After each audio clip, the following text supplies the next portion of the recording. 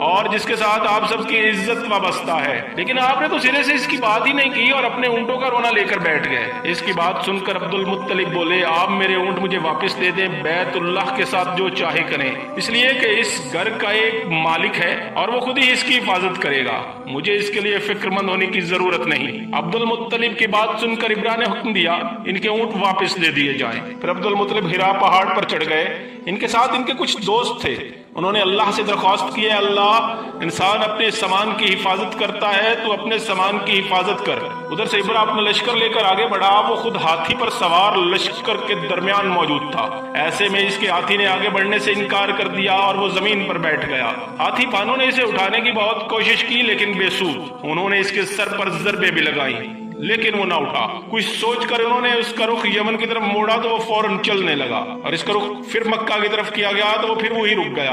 ہاتھی بانوں نے یہ تجربہ بار بار کیا، آخر ابراہ نے حکم دیا کہ ہاتھی کو شراب پلائی جائے تاکہ نشے میں اسے کچھ ہوش نہ رہے اور ہم اسے مکہ کی طرف آگے بڑھا سکیں۔ چنانچہ اسے شراب پلائی گئی لیکن اس کا بھی اس پر کچھ اثر نہ ہوا۔ ابراہ نے ہاتھی کو اٹھانے کی مسلسل کوشش کی لیکن اچانک سمندر کی طرف سے ان کی طرف اللہ تعالیٰ نے ابابیلوں کو بھیج دیا، وہ ٹڈیوں کے جھنڈ کی طرح آئیں۔ دوسری طرف عبد المطلب مکہ میں داخل ہوئے، حرم میں پہنچے اور کعبہ کے دروازے کی زنجیر پکڑ کر ابراہ اور اس کے لشکر کے خلاف دعا مانگی۔ ان کی دعا کے الفاظ یہ تھے، اے اللہ، یہ بندہ اپنے قافلے اور اپنی جماعت کی حفاظت کر رہا ہے، تو اپنے گھر یعنی بیت اللہ کی حفاظت فرما، ابراہ کا لشکر فتح حاصل نہ کر سکے، ان کی طاقت تیری طاقت کے آگے کچھ بھی نہیں، آج صلیب کامیاب نہ ہو۔ اب انہوں نے اپنی قوم کو ساتھ لیا اور ہرا پہاڑ پر چڑھ گئے کیونکہ ان کا خیال تھا کہ ابراہ کا مقابلہ نہیں کر سکیں گے۔ اور پھر اللہ تعالیٰ نے پرندوں کے جھنڈ بھیج دیے۔ یہ پرندے چڑیا سے کچھ قدر بڑے تھے، ان میں سے ہر پرندے کی چونچ میں پتھر کے 3 ٹکڑے تھے۔ یہ پتھر پرندوں نے ابراہ کے لشکر پر گرانے شروع کیے، جو ہی یہ پتھر ان پر گرے ان کے ٹکڑے ٹکڑے ہو گئے، بالکل اس طرح جیسے آج کسی جگہ کے اوپر بم گرایا جائے تو جسم کے ٹکڑے اڑ جاتے ہیں۔ ابراہ کا ہاتھی محمود البتہ ان کنکریوں سے محفوظ رہا، باقی سب ہاتھی تہس نہس ہو گئے۔ یہ ہاتھی 13 عدد تھے، سب کے سب ایسے ہو گئے جیسے کھائے ہوئے بھس۔ ابراہ اور اس کے کچھ ساتھی تباہی کا یہ منظر دیکھ کر بری طرح بھاگے، لیکن پرندوں نے ان کو بھی نہ چھوڑا۔ ابراہ کے بارے میں لکھا ہے کہ اس کے جسم کا ایک ایک عضو الگ ہو کر گرتا چلا گیا۔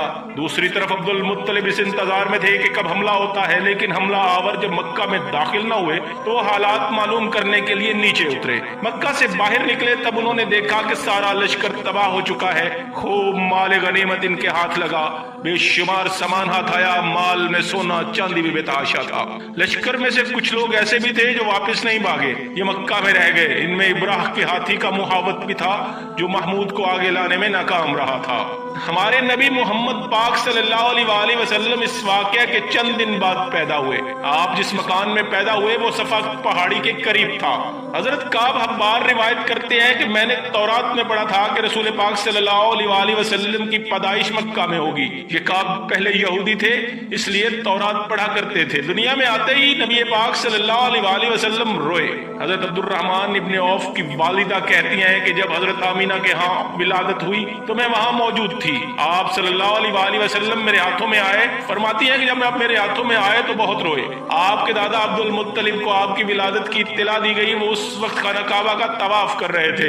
اطلاع ملنے پر گھر آئے، بچے کو گود میں لیا۔ اس وقت عبد المطلب نے آپ کو دیکھا، اس کے بعد آپ کو کعبہ میں لے آئے اور آپ صلی اللہ علیہ وآلہ وسلم کو گود میں لیے رہے اور طواف کرتے رہے، پھر واپس لا کر حضرت آمینہ کو دیا۔ تفاسیر میں ہے کہ شیطان صرف 4 مرتبہ چیخا، پہلی بار اس وقت جب اللہ تعالیٰ نے اسے ملعون ٹھہرایا، دوسری بار اس وقت جب اسے زمین پر اتارا گیا، تیسری بار اس وقت چیخا جب حضرت محمد صلی اللہ علیہ وآلہ وسلم پیدا ہوئے، اور چوتھی مرتبہ اس وقت جب نبی کریم صلی اللہ علیہ وآلہ وسلم پر سورۃ الفاتحہ نازل ہوئی۔ اس موقع پر حسان بن ثابت کہتے ہیں کہ میں اس وقت 8 سال کا تھا، جو کچھ دیکھتا اور سنتا اس کو سمجھتا تھا۔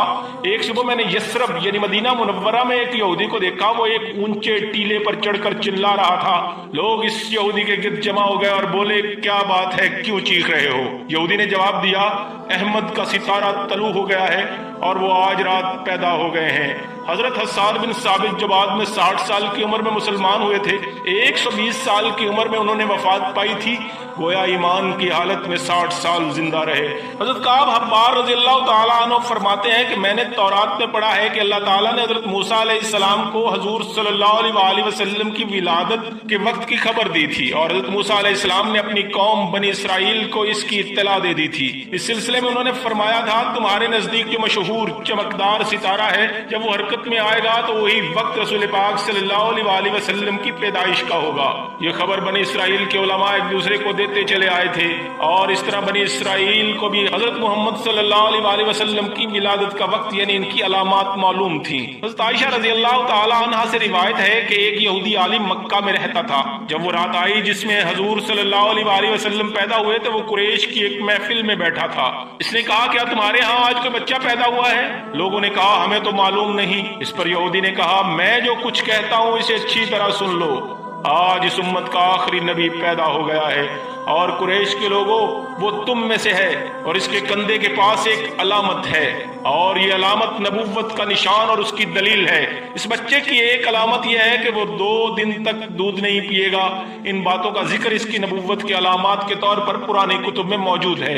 یہودی عالم نے جب یہ باتیں بتائیں تو لوگ وہاں سے اٹھ گئے، اور انہیں یہودی کی باتیں سن کر بہت حیرت ہوئی۔ ملک شام کا ایک یہودی عسیس مکہ سے کچھ فاصلے پر رہتا تھا۔ وہ جب بھی کسی کام سے مکہ آتا، وہاں کے لوگوں سے ملتا تو ان سے کہتا بہت قریب کے زمانے میں تمہارے درمیان ایک بچہ پیدا ہوگا، سارا عرب اس کے راستے پر چلے گا، اس کے سامنے ذلیل اور پست ہو جائے گا، وہ عجم اور اس کے شہروں کا مالک بھی ہو جائے گا۔ وہ یہودی اس بچے کے بارے میں تحقیق کرتا اور کہتا ابھی وہ بچہ پیدا نہیں ہوا۔ آخر نبی کریم صلی اللہ علیہ وآلہ وسلم اس دنیا میں تشریف لائے تو عبد المطلب اپنے گھر سے نکل کر اس یہودی کے پاس پہنچے۔ اس کی عبادت گاہ کے دروازے پر پہنچ کر انہوں نے آواز دی۔ عسیس نے پوچھا کون ہے؟ انہوں نے اپنا نام بتایا اور پھر اس سے پوچھا تم اس بچے کے بارے میں کیا کہتے ہو؟ اس نے انہیں دیکھا اور بولا ہاں بے شک وہ بچہ پیدا ہو گیا ہے جس کے بارے میں تم لوگوں سے کہا کرتا تھا۔ وہ ستارہ آج طلوع ہو گیا ہے جو اس بچے کی پیدائش کی علامت ہے۔ یہودی نے عبد المطلب سے یہ بھی کہا تھا کہ اس بارے میں اپنی زبان بند رکھیں، یعنی کسی کو کچھ نہ بتائیں ورنہ لوگ اس بچے سے زبردست حسد کریں گے، اتنا حسد کریں گے کہ آج تک کسی نے نہیں کیا ہوگا، اور اس کی اس قدر سخت مخالفت ہوگی کہ دنیا میں کسی کی اتنی مخالفت نہیں ہوئی ہوگی۔ قریش کے کچھ لوگ عمر بن نفیل اور عبداللہ بن حجش وغیرہ ایک بت کے پاس جایا کرتے تھے۔ یہ اس رات بھی اس کے پاس گئے جس رات نبی پاک صلی اللہ علیہ وآلہ وسلم پیدا ہوئے تھے۔ انہوں نے دیکھا وہ بت اوندے منہ گرا پڑا ہے۔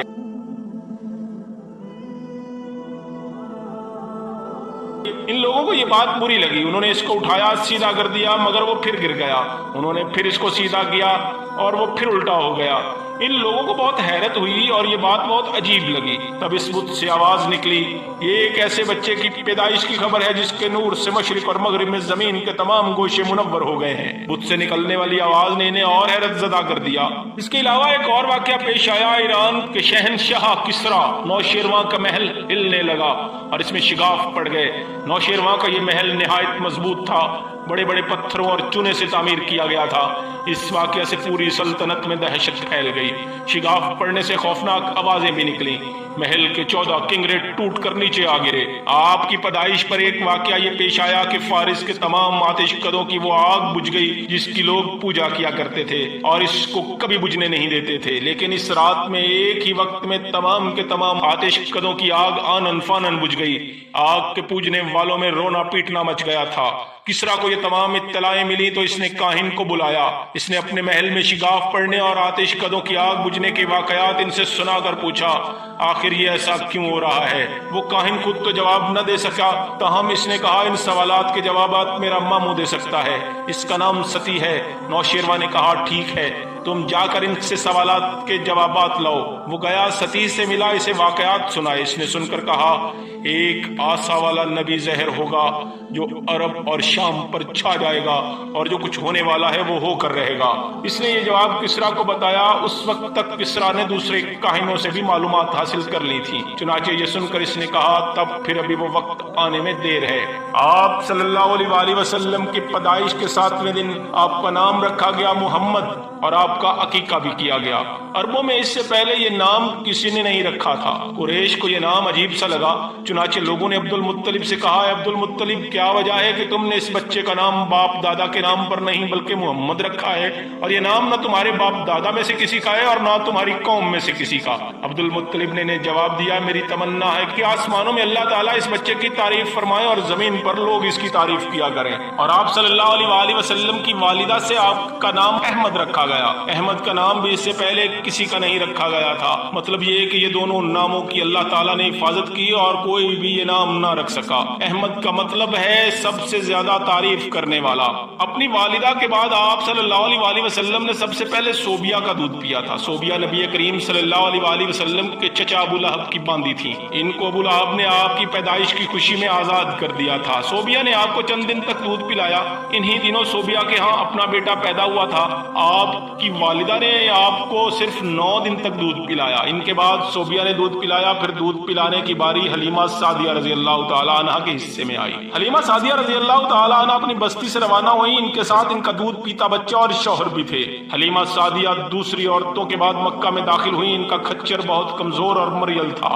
ان کے ساتھ ایک کمزور اور بوڑھی اونٹنی تھی، وہ بہت آہستہ چلتی تھی، جس کی وجہ سے حلیمہ سعدیہ قافلے سے بہت پیچھے رہ گئی تھی۔ اس وقت بھی ایسا ہی ہوا، وہ سب سے آخر میں مکہ میں داخل ہوئی۔ اس زمانے میں عرب کا دستور تھا کہ جب ان کے ہاں کوئی بچہ پیدا ہوتا تو وہ دیہات سے آنے والی دائیوں کے حوالے کر دیتے تھے تاکہ دیہات میں بچوں کی نشو و نما بہتر ہو سکے اور خالص عربی زبان سیکھ سکے۔ دائیوں کا قافلہ مکہ میں داخل ہوا۔ انہوں نے گھروں کی تلاش شروع کی جن میں بچے پیدا ہوئے تھے۔ اس طرح بہت سی دائیاں جناب عبد المطلب کے گھر بھی آئیں۔ نبی پاک صلی اللہ علیہ وآلہ وسلم کو دیکھا۔